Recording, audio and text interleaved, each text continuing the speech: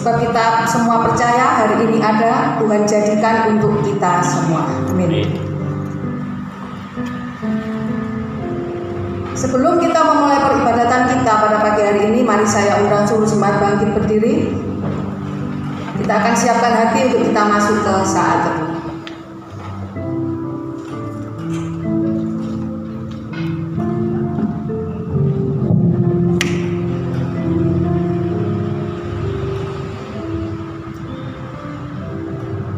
Yesus berkata, "Marilah kepadaku semua yang letih lesu dan berbeban berat, aku akan memberi kelegaan kepadamu." Dan pertolongan kita adalah dalam nama Tuhan yang menjadikan langit dan bumi, kasih karunia dan damai sejahtera dari Allah Bapa kita dan dari Tuhan Yesus Kristus menyertai kamu. Firman Tuhan berkata, lebih baik 1 hari berada di pelataran Tuhan daripada 1000 hari di tempat lain. Biarlah ini menjadi kerinduan bagi setiap kita, untuk kita boleh terus rindu datang ke bait Allah, untuk kita memuji menyembah Dia. Kita awali ibadah kita pada pagi hari ini dengan kita menyanyikan satu pujian KR 290, Satu Hal Yang Kurindu.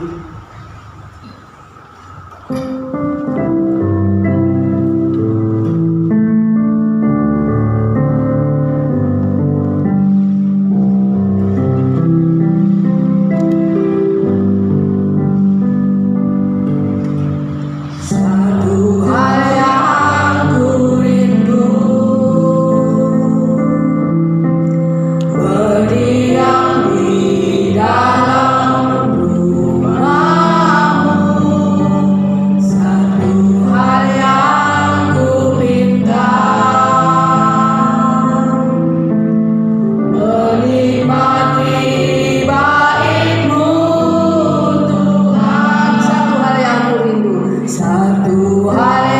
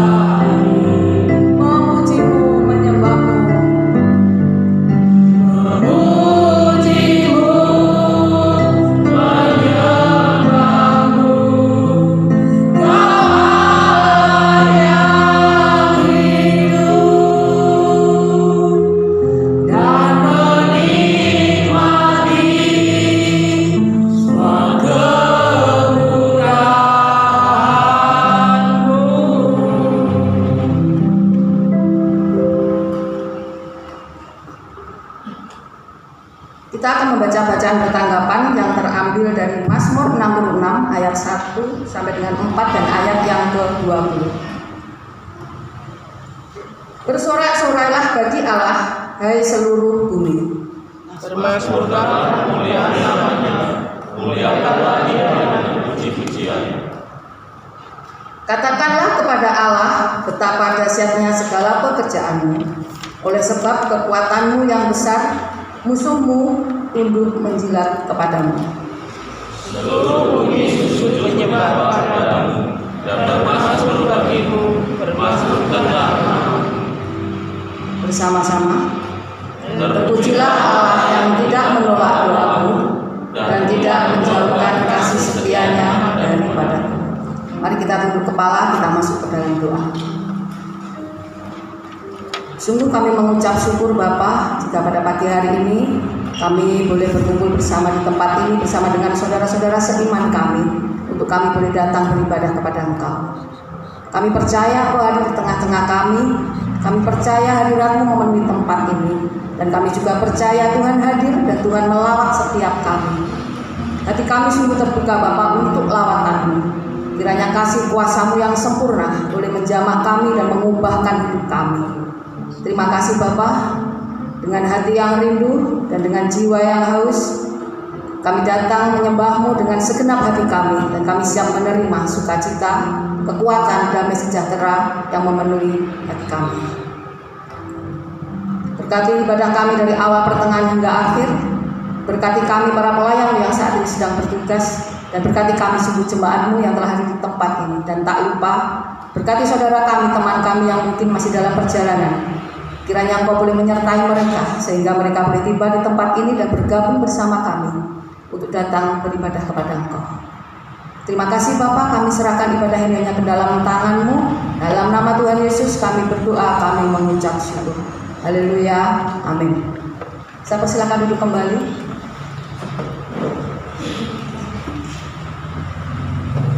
Mari Bapak Ibu sekalian, kita datang kepada Tuhan.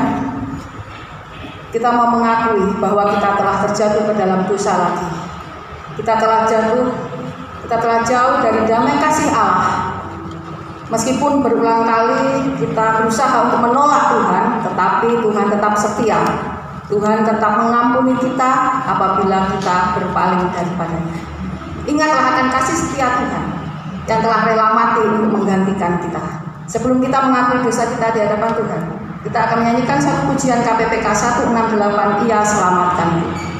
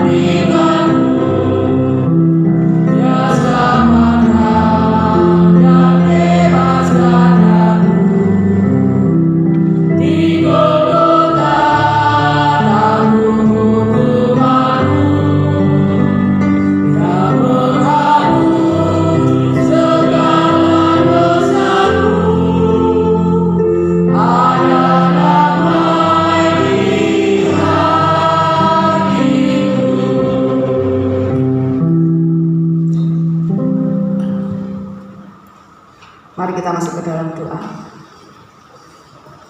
Bapa kami yang ada di surga, kami bersyukur dan kami berterima kasih untuk kasih setia Tuhan yang sudah Tuhan berikan bagi setiap kami. Kami sungguh bersyukur jikalau Engkau selalu mau mendampingi dan menyertai kami walaupun kami banyak melakukan kesalahan. Dan pada kesempatan kali ini Bapa, dengan segala kerendahan hati, kami datang di hadapan-Mu untuk mengakui segala dosa dan pelanggaran yang telah kami lakukan, baik yang kami sengaja maupun yang tidak kami sengaja, baik yang kami lakukan melalui pikiran kami, perkataan kami, ataupun perbuatan kami. Seringkali kami berusaha menutupi dosa dan pelanggaran kami dari hadapan sesama kami, bahkan dari hadapan-Mu. Tetapi kami tahu Engkau adalah Allah yang Maha Tahu. Tak ada satu hal pun yang tersembunyi di hadapan-Mu. Engkau adalah Allah yang mengasihi kami, tetapi kami seringkali tidak mengasihi Engkau. Dan ketika Engkau memanggil kami, justru kami tidak mendengar. Karena dosa dan pelanggaran kami telah menutupi hadirat-Mu untuk masuk dalam hidup kami. Karena kesibukan yang telah kami lakukan membuat kami lupa bahwa ada penyertaan-Mu dalam hidup kami. Iri hati, prasangka buruk yang ada di dalam hati kami justru malah melukai hati orang lain. Oleh sebab itu Bapa, kiranya Engkau sudi untuk mengampuni segala dosa dan pelanggaran kami. Kami percaya Engkau adalah Allah yang Maha Mengasihi dan Maha Mengampuni. Engkau tidak pernah meninggalkan kami, Engkau tidak pernah melupakan kami, walaupun perbuatan kami telah menyimpang dari jalan-Mu yang benar. Sucikan kami, berkati hidup kami, agar kami boleh terus berjalan di jalan-Mu yang benar. Upahkan hidup kami, agar kami boleh hidup seturut dengan yang Engkau kehendaki. Terima kasih Bapa, inilah doa pengakuan dosa kami. Kiranya Engkau boleh terus bawa kami, untuk kami semakin dekat kepada Engkau. Haleluya, amin.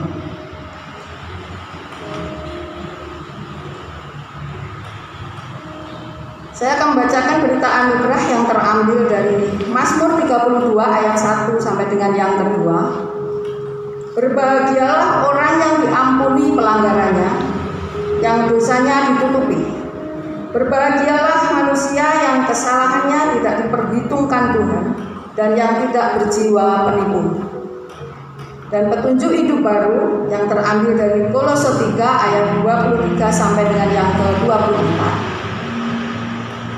Apapun juga yang kamu perbuat, perbuatlah dengan segenap hatimu, seperti untuk Tuhan dan bukan untuk manusia. Kamu tahu bahwa dari Tuhanlah kamu akan menerima bagian yang ditentukan bagimu sebagai upah. Kristus adalah Tuhan dan kamu hambanya. Mari kita bersama-sama kita puji nama Tuhan.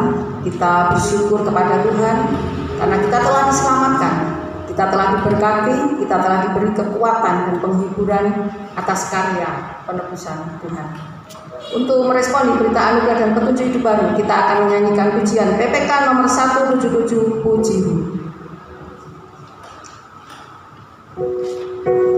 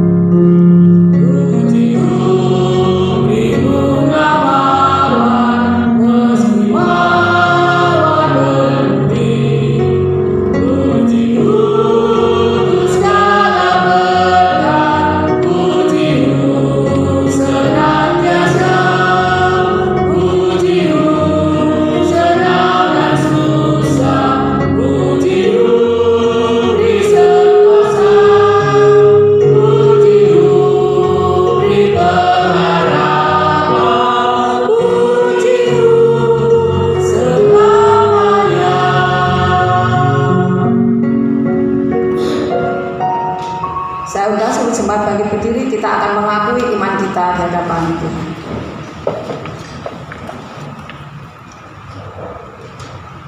Pengakuan iman rasuli. Aku percaya kepada Allah, Bapa yang Maha Kuasa, Khalik langit dan bumi, dan kepada Yesus Kristus, Anaknya yang tunggal Tuhan kita, yang dikandung dari Roh Kudus, lahir dari anak darah Maria, yang menderita sengsara di bawah pemerintahan Pontius Pilatus, disalibkan, mati dan dikuburkan, turun ke dalam kerajaan Allah.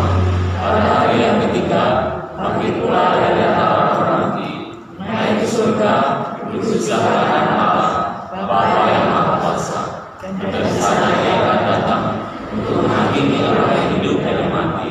Aku percaya kepada Roh Kudus, Gereja yang kudus dan persekutuan Roh Kudus, pengampunan dosa, kebangkitan tubuh, dan hidup yang kekal. Amin. Masih tetap berdiri, kita akan bersama-sama berdoa syafaat. Pokok-pokok yang akan kita doakan, yang pertama kita berdoa untuk pengembangan pelayanan gereja kita Roti Hidup dan ketekunan jemaat untuk mengabarkan Injil. Yang kedua, kita berdoa untuk keluarga kita yang mungkin mulai malas dalam persekutuan dan beribadah. Yang ketiga, kita berdoa untuk anak-anak, remaja, dan pemuda yang sedang studi di Blitar maupun di luar kota, agar mereka selalu mengandalkan Tuhan Yesus. Mari kita mengangkat doa ini bersama-sama. Bapa kami yang ada di surga, kami bersyukur atas pernyataan yang Tuhan memberikan bagi setiap kami. Dan secara khusus pada hari ini Bapak kami berdoa untuk perkembangan dari gereja kami di Roti Hidup. Kiranya Engkau boleh memberkati kami, seluruh jemaat kami yang ada di dalam gereja kami. Kami boleh terus bertumbuh dan berkembang, bukan hanya bertumbuh dan berkembang secara jumlah kami, tapi juga bertumbuh secara kualitas iman kami. Biarlah Engkau boleh terus pakai kami untuk kami boleh kebenaran firman bagi orang-orang yang belum mengenal Engkau. Dan biarlah keberadaan kami di Roti Hidup di kota Blitar ini boleh menjadi banyak berkat bagi orang-orang di luar yang belum mengenal kami. Kami juga berdoa untuk saudara kami, teman kami, kami pada saat ini mulai malas untuk datang beribadah. Kiranya Engkau boleh menjamah mereka, beri pengertian kepada mereka agar mereka segera kembali lagi dalam beribadah bersama kami. Kami juga berdoa untuk anak kami, saudara kami, pemuda kami, yang sedang studi baik yang di Blitar atau yang di luar rumah. Biarlah terus menyertai mereka di dalam setiap apa yang mereka kerjakan. Biarlah memberkati mereka agar mereka senantiasa mengandalkan Engkau di dalam setiap kerja yang mereka lakukan mencari kehidupan sehari-hari. Kami tahu Engkau adalah Allah yang baik, apapun yang mana.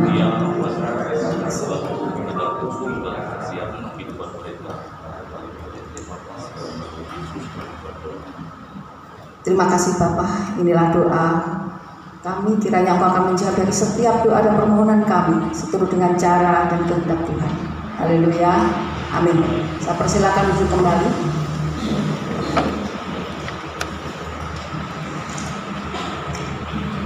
Sebelum kita masuk ke dalam firman Tuhan, kita akan mendengarkan persembahan pujian yang akan disampaikan oleh Persekutuan Pemuda Remaja Oraet Laburan. Untuk waktu dan tempat saya persilakan.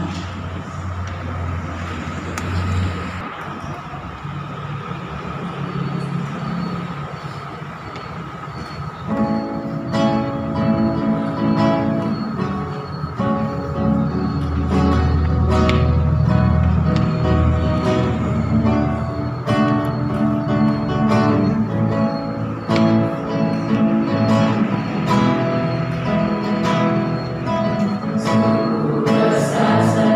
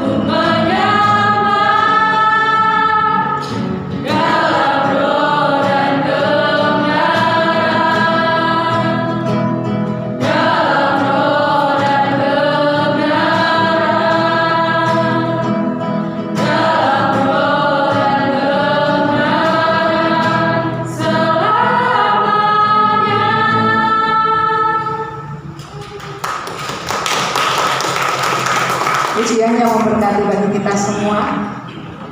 Untuk menyambut firman Tuhan, kita akan mempujikan KPPK 174, Pandanglah pada Yesus.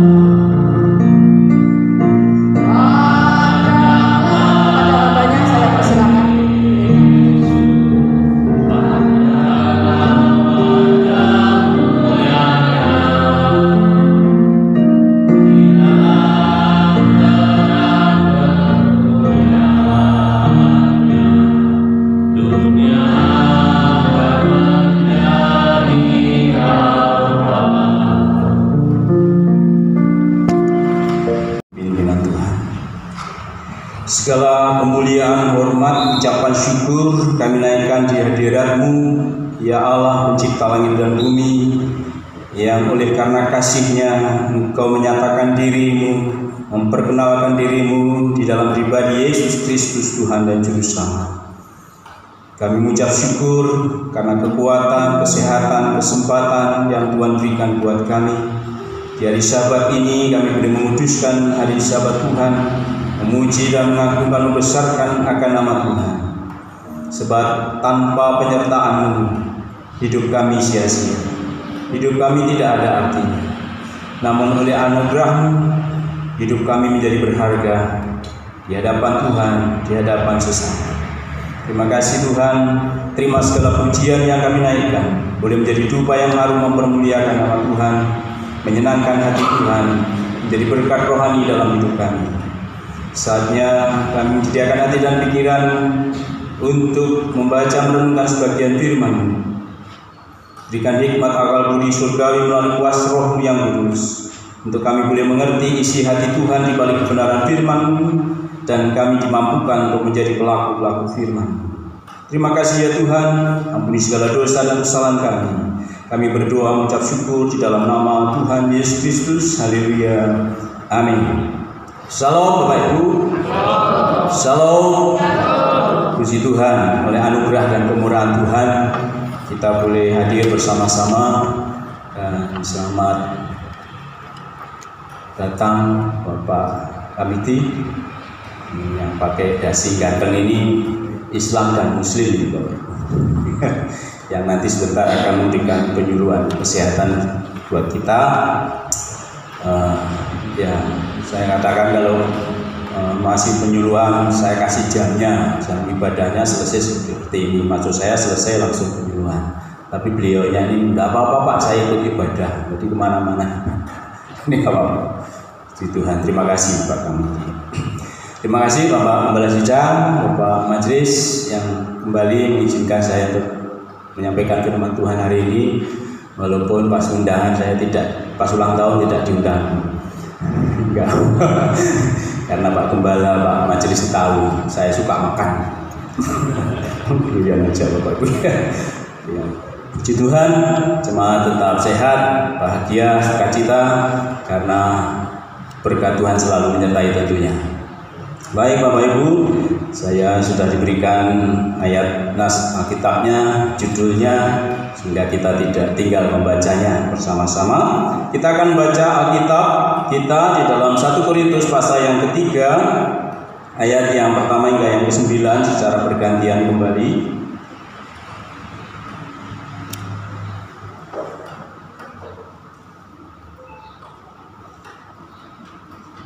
1 Korintus pasal yang ketiga ayat 1 hingga yang ke-9.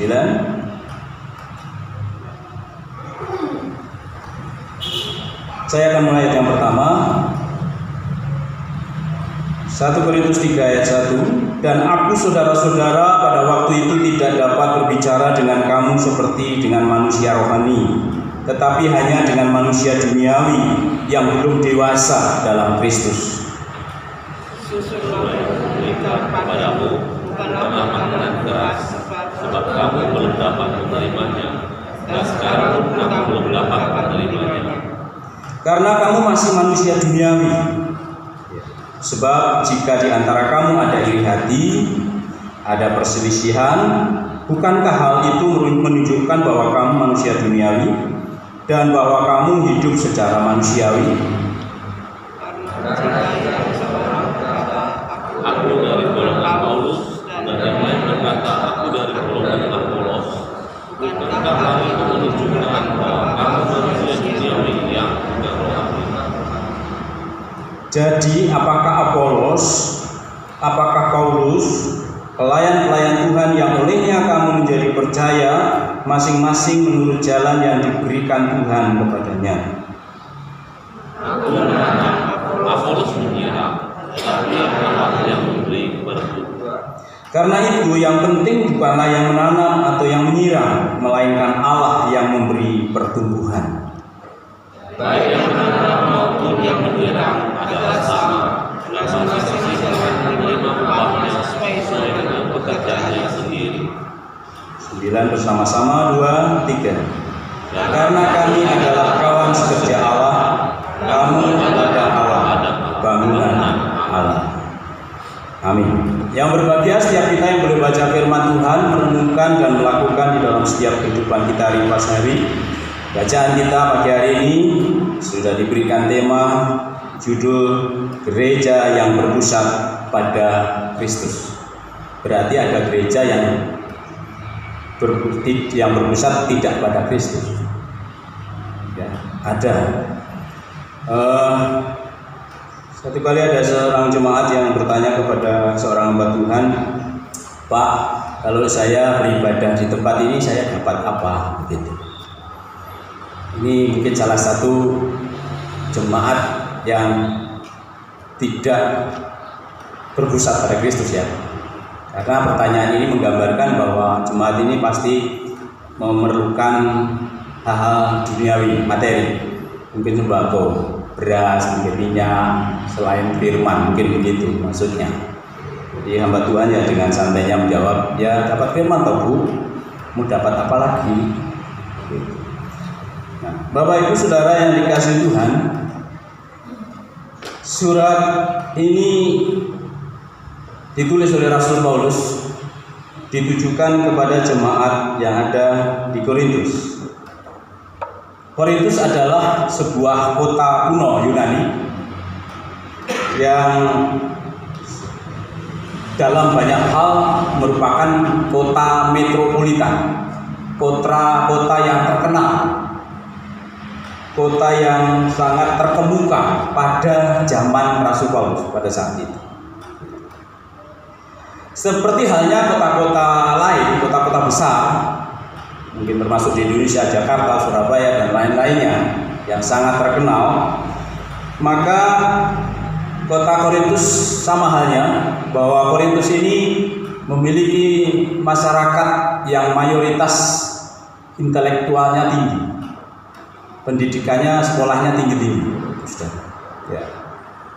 Ditambah lagi ekonominya juga ya makmur, kaya-kaya, ya, kurang lebih ya kayak nomor surat hidup itulah ya, kira-kira. Amin. Amin. Ya, seperti itu. Persoalannya adalah tetapi jemaat atau masyarakat di Korintus ini kejahatannya, moralitasnya jelek. Berbagai macam kejahatan terjadi di kota Korintus ini. Ya sama ya, kalau banyak kejahatan apa-apa itu kan di Jakarta, Surabaya itu mesti begitu. Kalau di Blitar ini ya mayoritas menengah ke bawah itu, jadi tingkat kejahatan dan lain sebagainya kurang gitu ya. Tapi kalau di kota-kota besar biasanya seperti itu. Dan Korintus itu adalah kota yang seperti itu situasinya, kondisinya. Maka hidup kekristenan kita itu tidak boleh hidup secara hanya sekedar realita. Umpamanya yang dimaksud realita itu, kalau jemaat Korintus itu sombong, ya realitanya seperti itu, orang kaya-kaya, sekolahnya tinggi, pinter-pinter, ya realita sombong, tak apa-apa gitu maksudnya. Nah, hidup kekristenan tidak bisa hidup hanya sekedar realita. Karena kalau sekedar realita, nanti hidup kita miskin. Akhirnya jemaat menjadi jemaat yang minder, merasa tidak punya apa-apa, ini aku ki sombong, nggak mau berbuat apa-apa di gereja, ya. Jadi kuno, pokoknya nggak mau tahu. Aku tekois bersyukur. Padahal Tuhan mempunyai talenta kepada kita, yang seharusnya digunakan itu talenta itu untuk dikembangkan. Karena apa? Karena jemaat ini hidup dalam realita kenyataannya aku miskin, aku nggak sekolah tinggi, ya sudah begini aja saya. Hidup jemaat tidak boleh punya pikiran seperti itu. Karena Tuhan memanggil kita punya rencana yang lebih baik dalam hidup kita. Bukan kita yang mampu, tapi Tuhan yang akan beri kemampuan buat kita. Bukan kita yang punya nilai, tetapi Allah karena sudah pilih kita, selamatkan kita, akan menjadikan hidup kita bernilai bagi Tuhan maupun bagi orang lain. Sehingga kita harus punya pikiran yang selalu positif dalam hidup ini. Nah, Bapak Ibu Saudara yang dikasihi Tuhan, bersama Priscilla dan Aquila dalam perjalanan misinya yang kedua, Rasul Paulus memberitakan Injil atau mendirikan sebuah jemaat yang ada di Korintus selama 18 bulan di Korintus. Ya, dia mendirikan bersama Priscilla, Aquila dan tim-timnya yang lain. Berdirilah sebuah jemaat dan kurang lebih 18 bulan pelayanan di Korintus dalam misinya yang kedua ini. Namun pada saat itu jemaat Korintus itu terdiri dari berbagai macam orang. Maksudnya ada orang Yahudi, ada orang non-Yahudi, bukan Yahudi, tapi mayoritas bukan Yahudi. Nah, orang-orang yang bukan Yahudi ini punya kebiasaan hidup dalam penyembahan berhala. Patung-patung, percaya pada hari-hari tertentu. Seperti itu hidupnya sebelum percaya Yesus. Dia hidup di dalam penyembahan berhala, banyak hal. Nah, ketika Paulus dan rekan-rekannya hadir, maka mulailah penyembahan berhala itu mulai mereka tinggalkan seperti itu. Namun, sejak Paulus meninggalkan Korintus, Bapak Ibu Saudara, setelah Paulus meninggalkan Korintus, pergi ke Roma, ke Efesus, jemaat di Korintus yang masih muda itu, sekitar 18 bulan itu, terjadi banyak permasalahan. Ada jemaat yang suka banding-banding nih hamba Tuhan nih, gitu. Aku nak rumahnya khotbah milih Pak Gembala, lucu. aku pilih Pak majelisnya aku. Nah, gampang di rumah nih. Jadi jemaatnya suka banding-bandingkan, pilih Pak Apollos, pilih Pak Paulus gitu. Itu jemaat Korintus. Jemaat roti hidup ada? Enggak ada ya? Hadir enggak? Yang suka banding-bandingkan. Ini jemaat Korintus suka banding-bandingkan. Banding-bandingkan antara hamba Tuhan yang ini lebih enak, yang ini enggak enak, ini bulat, ini panjang, dan lain sebagainya. Ya, saya percaya jemaat roti hidup tidak ada. Itu yang terjadi, permasalahan-persoalan mulai terjadi ketika Bapak Rasul Paulus meninggalkan jemaat itu, pergi ke Efesus. Berbagai persoalan terjadi di sana. Nah, rupanya berita permasalahan jemaat itu, persoalan yang ada di jemaat itu, yang suka banding-bandingkan, yang suka iri hati, ya, yang suka gosip, semua masalah-masalah yang ada gereja itu terdengar oleh Rasul Paulus ya ketika berada di Efesus. Ya. Lalu salah satu jemaat itu membuat surat ditujukan kepada Rasul Paulus yang ada di Efesus yang dipenjara oleh karena memberitakan Injil, dengan harapan Rasul Paulus yang mendirikan gereja di Korintus itu memberi petunjuk, arahan, ya, atau nasihat-nasihat untuk menyelesaikan permasalahan yang terjadi di jemaat Korintus ini. Ya. Sehingga sebagai respon, sebagai tanggapan dari sepucuk surat yang dikirimkan tadi, Rasul Paulus menulis sebuah surat di dalam 1 Korintus pasal 3 ini dalam misi pelayanan misinya yang ketiga. Ya, Paulus menulis surat ditujukan kepada jemaat yang ada di Korintus. Apa tujuan alasan Rasul Paulus mengirimkan surat itu? Yang pertama adalah untuk meluruskan masalah yang serius yang terjadi di jemaat Korintus itu. Pelanggaran-pelanggaran yang dianggap sepele, remeh oleh jemaat itu, bagi Paulus itu adalah dosa besar. Jadi jemaat Korintus itu biasalah banding-bandingnya hamba Tuhan satu dengan yang lain biasa. Ngerasani si A, si B biasa. Umum, rapopo. Ya. Bahkan perbuatan cabul yang ada dianggap biasa. Jadi jemaat itu tetap ke gereja, memuji Tuhan, tapi dalam hidup perilaku mereka itu tidak ada ubahnya. Sama dengan orang-orang dunia yang percaya sing ngerasani ya tetap ngerasani, sing suka banding-banding ya tetap banding-banding. Semua terjadi. Ya. Nah, itu menurut jemaat itu hal yang biasa, sudah umum, sudah lumrah. Karena sebelum mereka percaya Yesus ya hidupnya dulu seperti itu. Ya, persaingan-persaingan negatif itu yang terjadi. Tapi itu bagi Rasul Paulus itu adalah dosa besar. Karena permasalahan perilaku yang tidak benar di dalam jemaat itu akan memecah belah gereja itu. Akan memecah belah jemaat itu. Dan Paulus tidak mau itu terjadi, sehingga Paulus memberikan suratnya kepada jemaat itu. Dan yang kedua, Bapak Ibu Saudara, Rasul Paulus menulis surat sebagai respon atas surat yang dari jemaat itu, yaitu memberikan bimbingan, arahan dan instruksi ya, kepada jemaat apa yang harus dilakukan, memberikan doktrin-doktrin yang benar. Karena terjadi mereka itu dalam hidupnya itu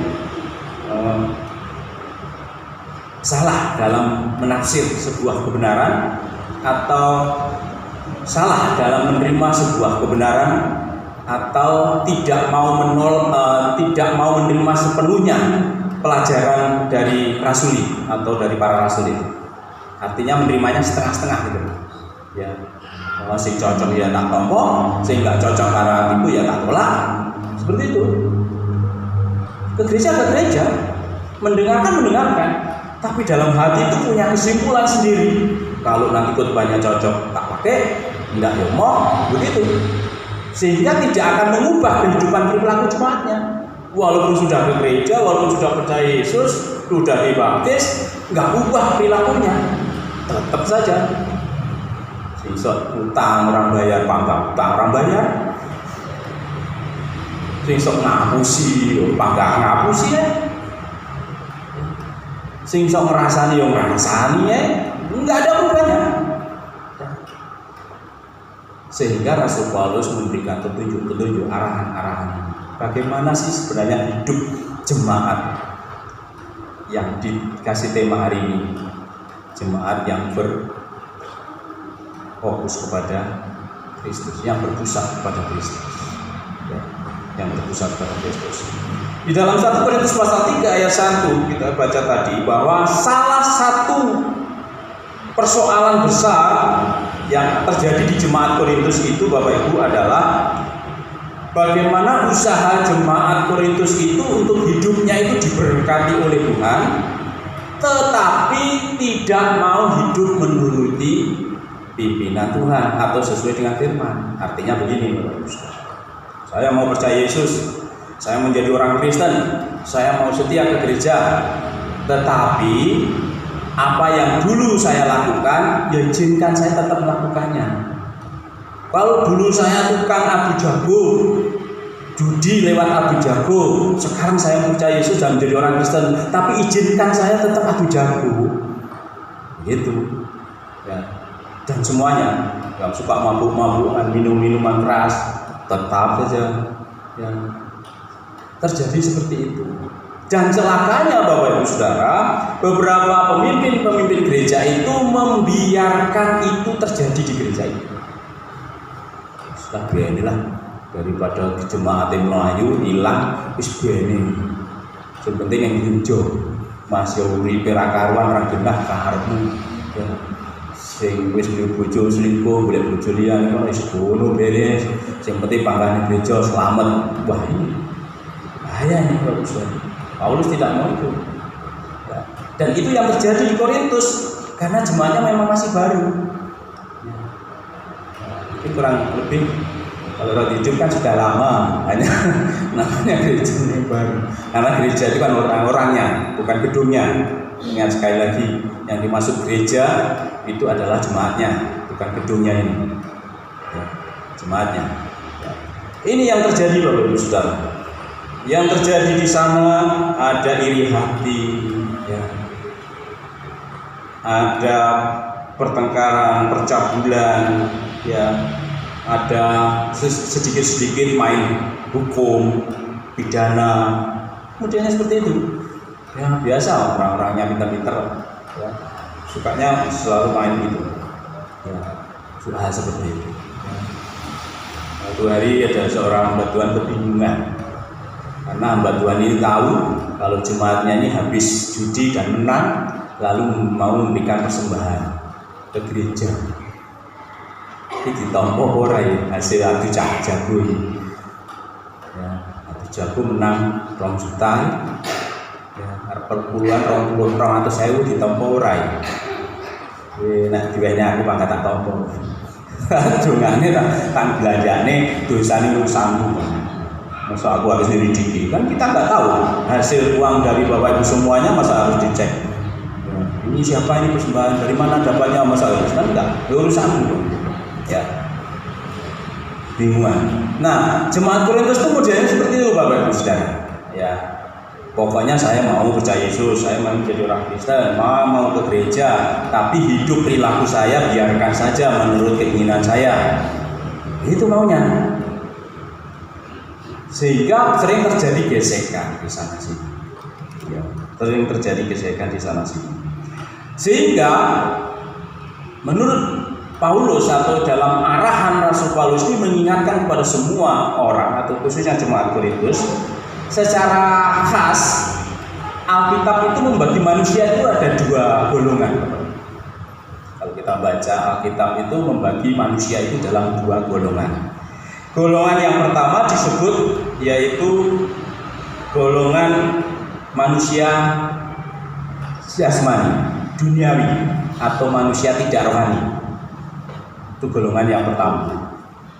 atau disebut dengan psikos, bahasa Yunaninya, bahasa aslinya psikos, manusia duniawi. Kalau manusia duniawi itu bagaimana? Ya, manusia yang tidak rohani itu menunjuk kepada orang-orang yang belum dilahirkan kembali. Jadi menjadi Kristen tok itu nggak cukup Bapak Ibu, harus ada kelahiran kembali, manusia baru, ciptaan baru.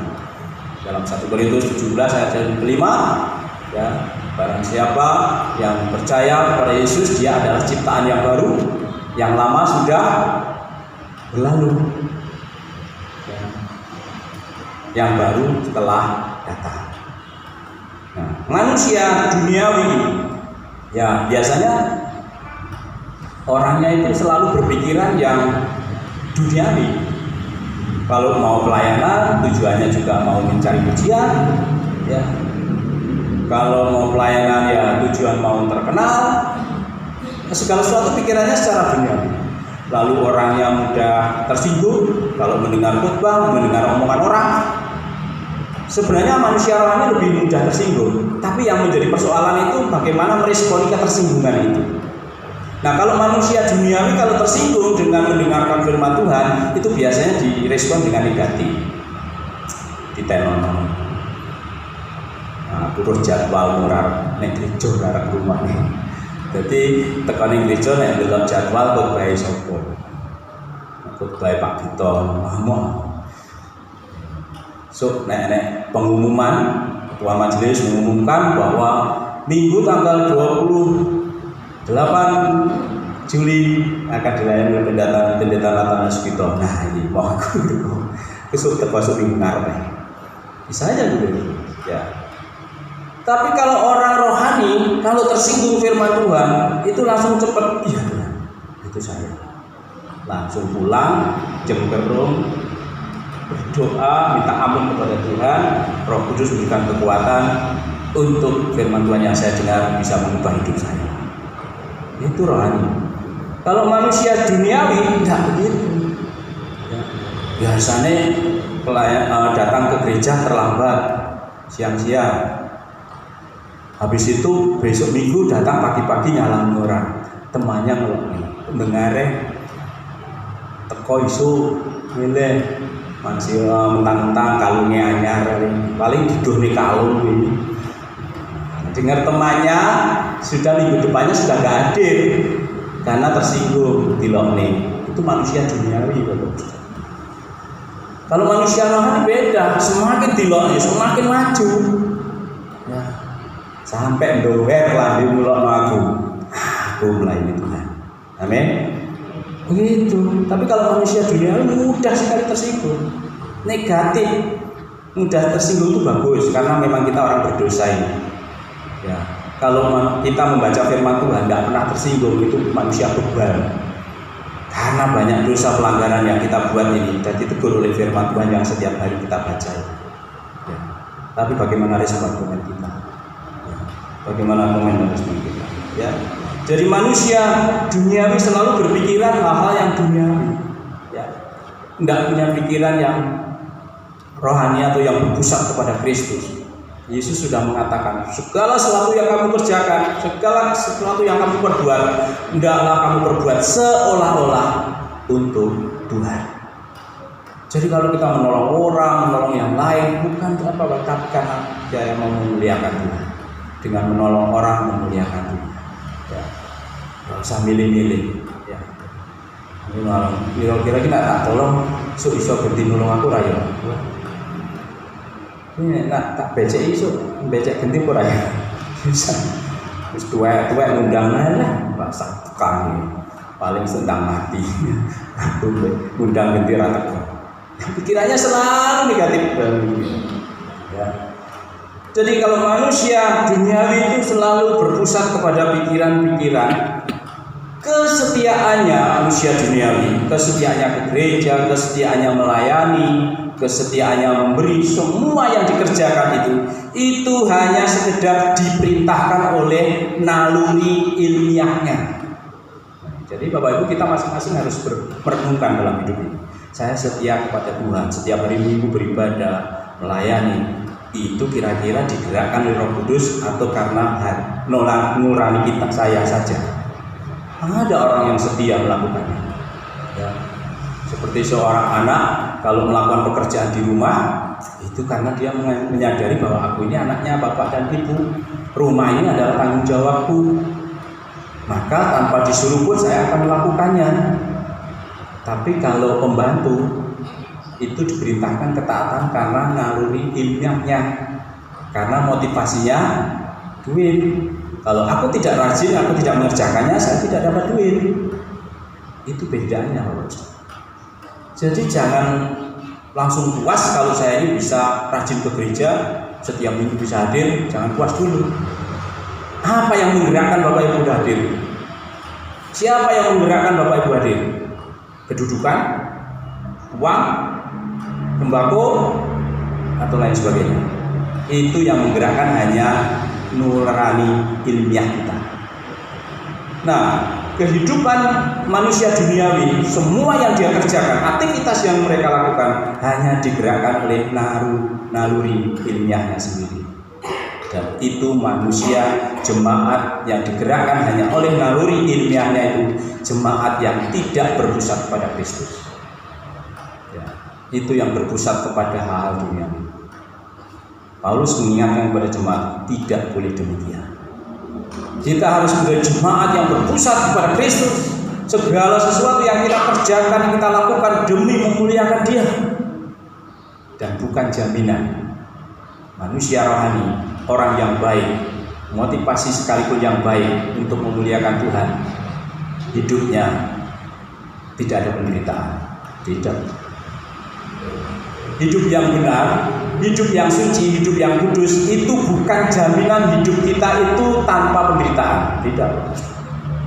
Semua murid Tuhan Yesus, para rasul, matinya menderita semua. Tidak ada yang mati karena sakit terus diobatkan nggak sembuh terus meninggal. Tidak. Matinya dipancung, matinya digergaji lehernya, matinya disalib, matinya dibakar, matinya digoreng minyak panas. Itu Bapak. Karena apa? Karena dia berpusat pada Kristus. Penderitaan ini harus tetap saya lakukan, saya kerjakan. Kalau ini adalah hal yang Tuhan kehendaki buat hidupku. Iman itu nggak gampang loh Bapak. Ya. Iman itu taruhannya nyawa Bapak. Ya, taruhannya nyawa. Kalau hidup kekristenan kita hanya berfokus kepada hal-hal duniawi, tidak berdasarkan Kristus, maka pasti kita akan mudah goyah. Umat khotbah tersinggung didik mutung. Ya. Mau belajar melayani di luar koncone mutung. Gak jadi terus. Ya. Gak jadi terus. Karena itu ada dua kelompok. Yang kedua adalah manusia rohani. Dan ini yang dimaksud manusia rohani ini adalah manusia atau jemaat yang berfokus atau berpusat pada Kristus. Ya. Siapa manusia rohani? Yang dalam Yunaninya pneumatikos. Ya. Pneumatikos itu manusia rohani. Ini menunjuk kepada orang yang sudah dilahirkan kembali, yang selalu pikirannya, hatinya dipimpin oleh Roh, sehingga jemaat itu selalu berpikiran yang positif. Aku mau melayani Tuhan untuk memuliakan Tuhan. Ya.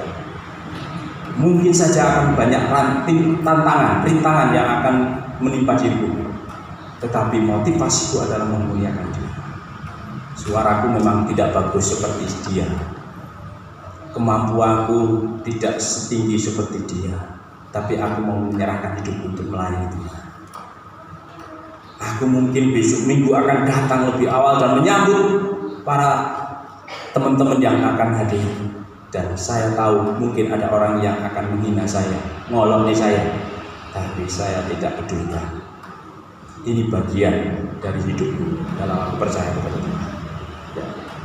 Jadi kalau manusia rohani itu tidak gampang ceklekan, Bapak. Terus maju, semakin digoncang, dia akan semakin mencari Tuhan. Ya. Karena kalau tidak, maka iman kita itu akan mudah sekali digoyahkan dengan hal-hal kecil saja. Ya. Diputus pacar harus goyah, di PHK harus goyah, pilihan majelis kepilih nesu, lali jadwal liturgis atau apa nesu, wapen emosian, ya ambisian, ya selalu berpikiran yang negatif. Tapi manusia rohani adalah manusia yang selalu berpikiran segala sesuatu hanya untuk kemuliaan bagi namanya. Saya memuji Tuhan, saya melayani Tuhan, saya nyapu, dan saya membersihkan ruangan setelah ibadah. Semua yang saya kerjakan semata-mata untuk Tuhan. Sekalipun orang tidak memuji saya tidak cari pujian. Sekecil apapun yang saya lakukan dengan ketulusan hati, semuanya untuk Tuhan. Ini harus ada komitmen Bapak Ibu dalam setiap kehidupan kita.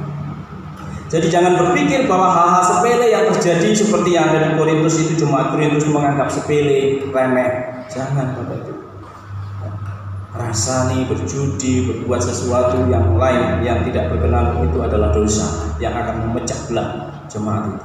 Karena mari kita hidup menjadi orang-orang Kristen, orang-orang yang percaya pada Yesus, menjadi manusia rohani yang tidak mudah tersinggung, tidak mudah ceklehan, tidak mudah putus asa, tidak mudah menyerah ketika menghadapi kesulitan, akan terus maju. Saya salut lewat gereja ini selalu setiap ibadah dalam lembaran. Dulu GKI ada seperti ini, saya ingin bawa waleh, bawa renek, ya mungkin karena ada ini sehingga tidak paling. Ini kalau enggak persiapan serius, wah buat ini enggak sembarangan dulu. Saya salut menghargai yang membuat lembaran. Wah ini nulisan gini, lagunya ditulis, ya. Karena nggak dibagikan buku, jadi ya di sini, wah Alkitab ayatnya ditulis, semua ditulis loh, sehingga jemaat yang ibadah santai enak, ya tinggal baca dulu. Wah, yang belum hafal lagunya pun langsung ada, luar biasa. Mari hal-hal seperti itu terus kita kerjakan. Kejahatan menurut Alkitab itu sebenarnya bukan sekedar orang perampok, penjudi, pembunuh, perzina, nggak bagus. Kejahatan yang dimaksud oleh Tuhan juga dalam Alkitab ternyata adalah ketika seseorang itu diberikan talenta oleh Tuhan tapi tidak digunakan. Ini kejahatan. Contohnya seperti ketika Tuhan mengutus para pekerja yang diberikan talenta itu. Yang 5 kerjakan, bagus, tambah 5 jadi 10. Yang 2 kerjakan, bagus, tambah 2 jadi 4. Yang 1, aku tahu orang jahat, tak nanam, tak apa, tapi cepat mengambil. Nih, tak balik nih. Makanya Tuhan katakan, ketika kamu tidak mengerjakan itu, maka apa yang pernah kuberikan, saya ambil. Dan kita nggak punya apa-apa, nol, nggak ada nilai hidup ini. Tapi kalau kita kerjakan, kita akan ditambahi dengan talenta yang baru. Jadi setiap kita yang dipanggil Tuhan, minimal ada 1 talenta Bapak Ibu, ingat temukan itu. Masing-masing orang di dalam Tuhan diberi 1 talenta, dan itu harus Bapak Ibu Saudara temukan dan kembangkan, kerjakan. Kalau tidak, kita disebut oleh Tuhan sebagai orang penjahat, hamba yang jahat.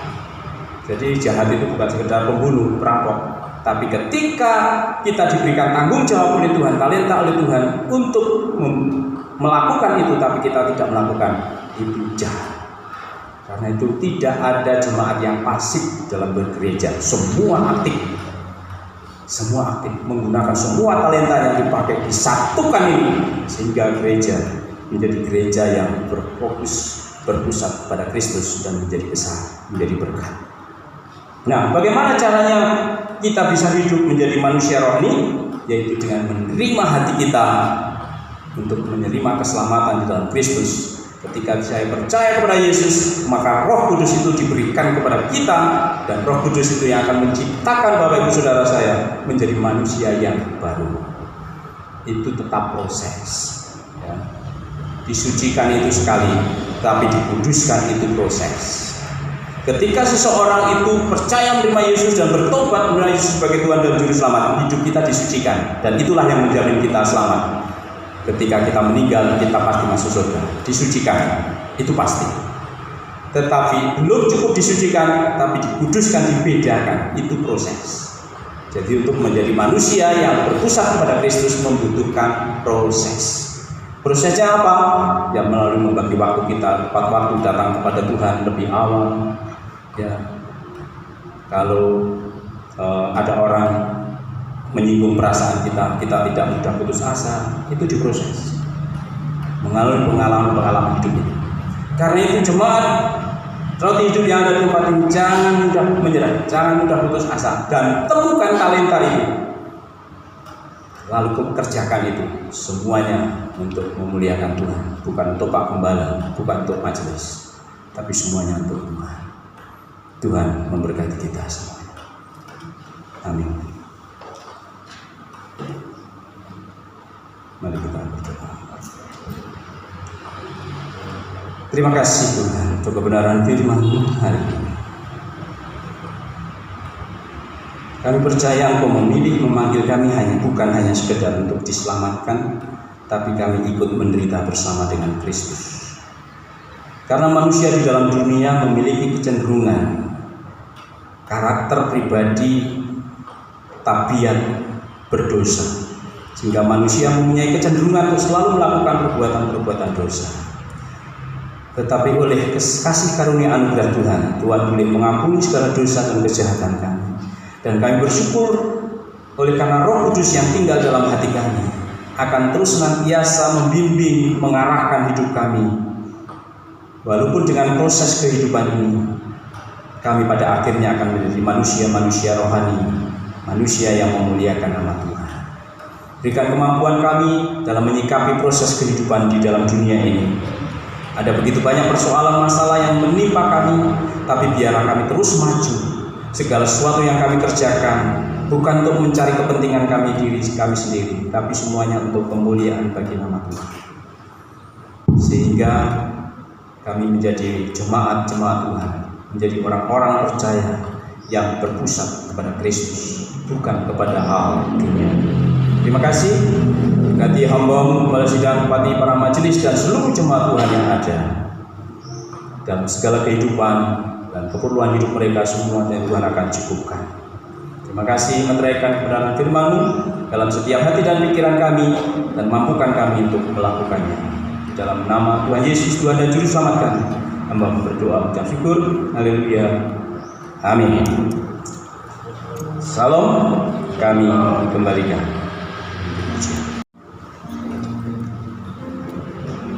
Pertama-tama saya mengucapkan terima kasih kepada penginjil AV yang selama 1 bulan ini memberikan tema untuk khotbah dalam beribadah yang rata-rata semua menampar saya. Dan yang hari ini tadi saya juga berterima kasih kepada Pendeta Nathan yang sudah menjabarkan isi Alkitab di dalam 1 Korintus 3 ayat 1-9, dan itu adalah saya semua. Yaitu di mana saya mempunyai kecenderungan hati gampang marah, gampang tersinggung di saat orang lain menegur saya, mengingatkan saya. Tetapi lewat firman Tuhan ini kita diingatkan, terutama saya, di dalam saya melayani, hendaklah kita selalu berfokus pada Tuhan. Pandanglah Tuhan saja seperti kita bukan pemilik pelayanan, kita hanyalah alat bagi kemuliaan Tuhan. Dan tiba waktunya kita akan memberikan persembahan yang terbaik untuk Tuhan. Yang bertugas pada minggu ini adalah Saudara Marsha dan Saudari Kaila. Sambil persembahan dijalankan, kita akan pujikan satu pujian KR 135, Kerja Buat Tuhan.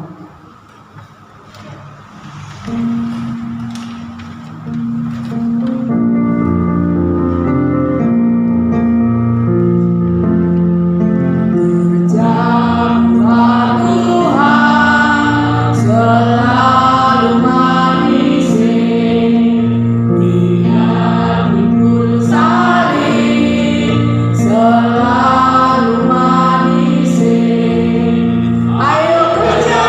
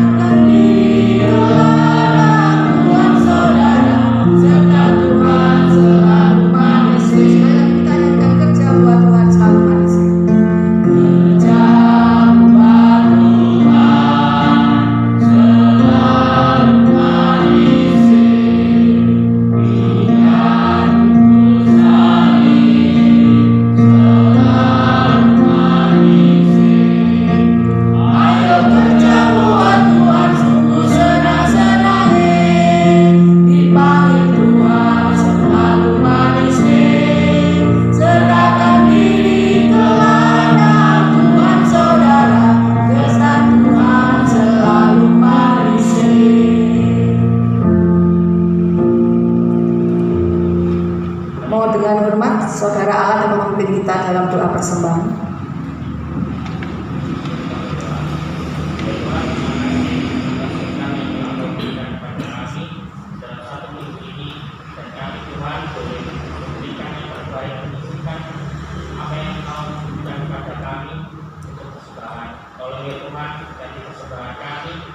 Persembahan kami dapat gunakan untuk pelayanan gereja kami.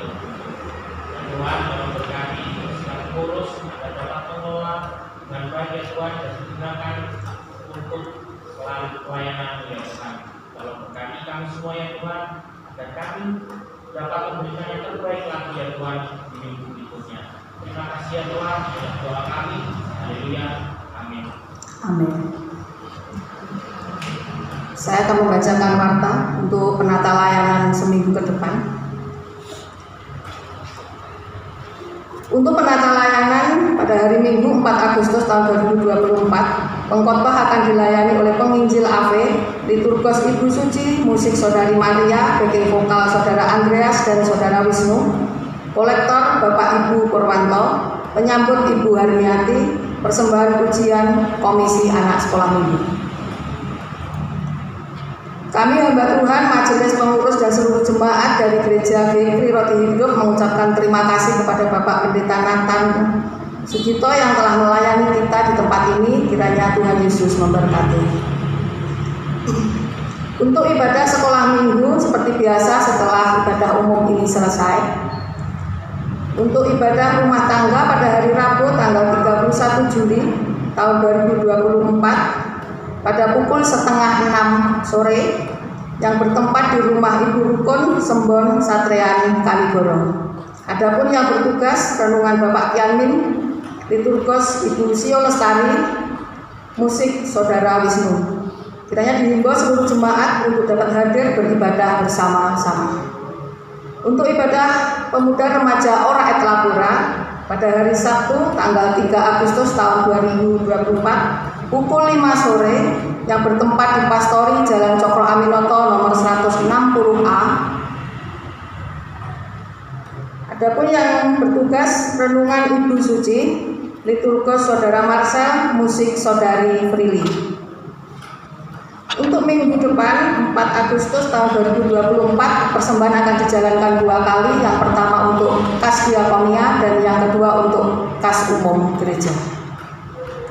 Untuk kelas katekisasi akan dibuka bagi jemaat yang belum dibaptis dan disidi mulai umur 16 tahun. Segera daftarkan diri kepada ketua majelis. Pembelajaran akan dimulai pada hari Selasa tanggal 6 atau Selasa berikutnya tanggal 13 Agustus tahun 2024. Saya juga mengucapkan selamat datang bagi jemaat Tuhan yang mungkin baru pertama kali mengikuti ibadah di gereja kami. Masih belum ada, kiranya menjadi kerinduan bagi setiap kita untuk kita boleh terus mewartakan kebenaran firman Tuhan bagi orang-orang yang belum mengenal Dia. Untuk pembacaan Alkitab, I Love Bible, setiap harinya kita boleh membaca dan merenungkannya satu pasal. Dan untuk Senin besok kita sudah masuk di dalam Ulangan pasal 28 dan sampai hari Sabtu Ulangan yang ke-33. Untuk laporan persembahan, Bapak Ibu dapat melihat di dalam warta.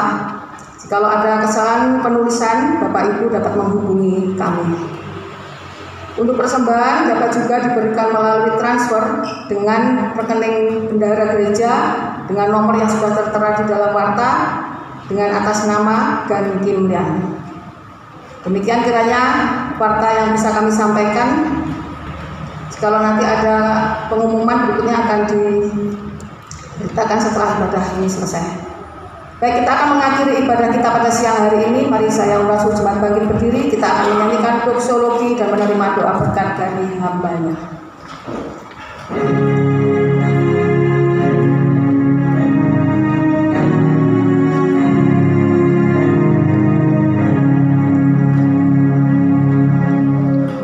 Puji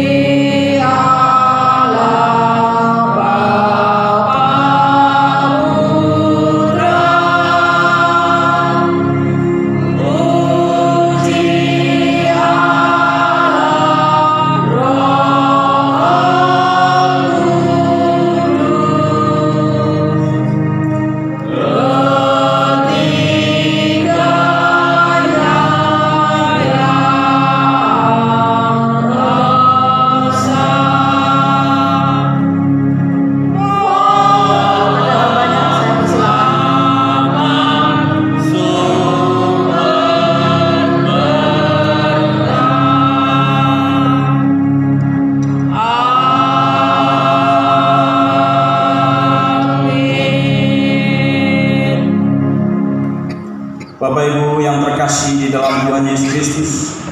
Arahkan hati, iman, dan pengharapanmu hanya kepada Allah di dalam Tuhan Yesus Kristus, Tuhan dan Juru Selamat, sumber segala berkat dan terima berkatnya.